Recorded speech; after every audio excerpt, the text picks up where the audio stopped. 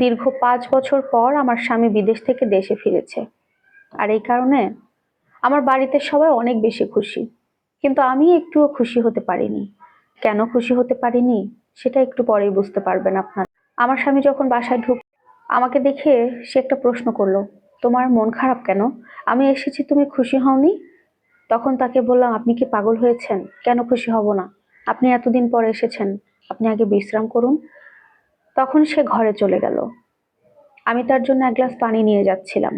পায়ে একটু ব্যথা ছিল, তাই খুঁড়িয়ে হাঁটছিলাম। সে সেটা লক্ষ্য করে আমাকে প্রশ্ন করে, তোমার পায়ে কি ব্যথা পেয়েছো, এভাবে হাঁটছো কেন?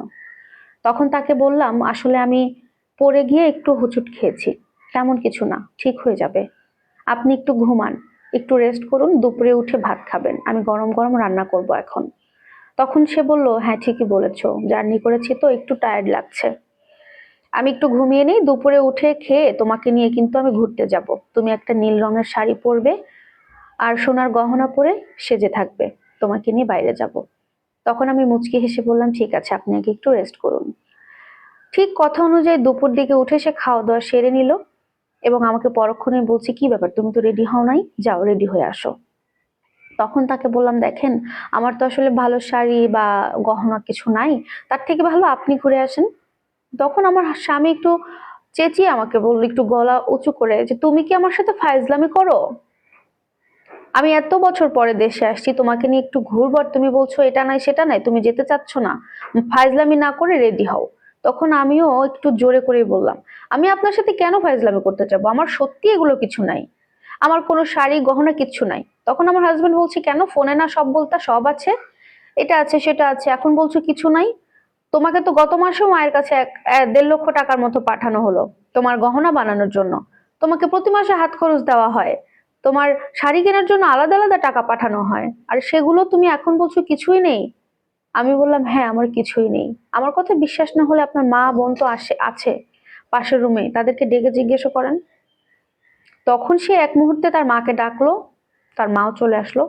এসে শাশুড়ি বলছে, কিরে বাবা, ডাকছিস চিল্লাচ্ছিস যে, বৌমা কিছু করেছে?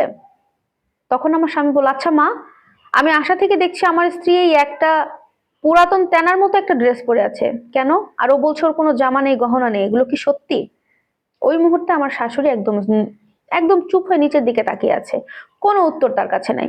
তখন আমি আমার হাজবেন্ডকে বললাম, শোনো, তোমার মা বোন কি বলবে, আমি তাদের সামনে তোমাকে বলছি, তুমি শোনো।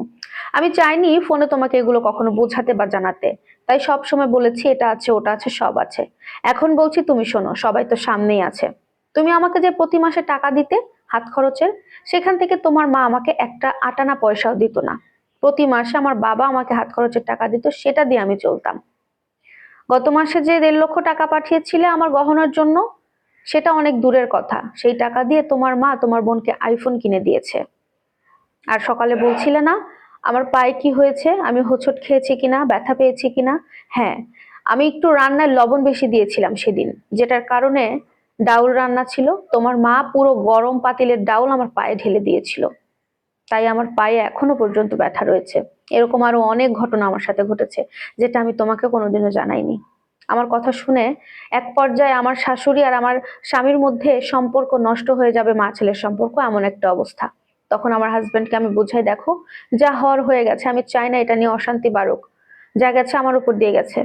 আমি চাই তুমি এই দেশে থেকে আমার সাথে থাকো, আমি তোমাকে বিদেশে পাঠিয়ে আমি একা এখানে থাকতে চাই না।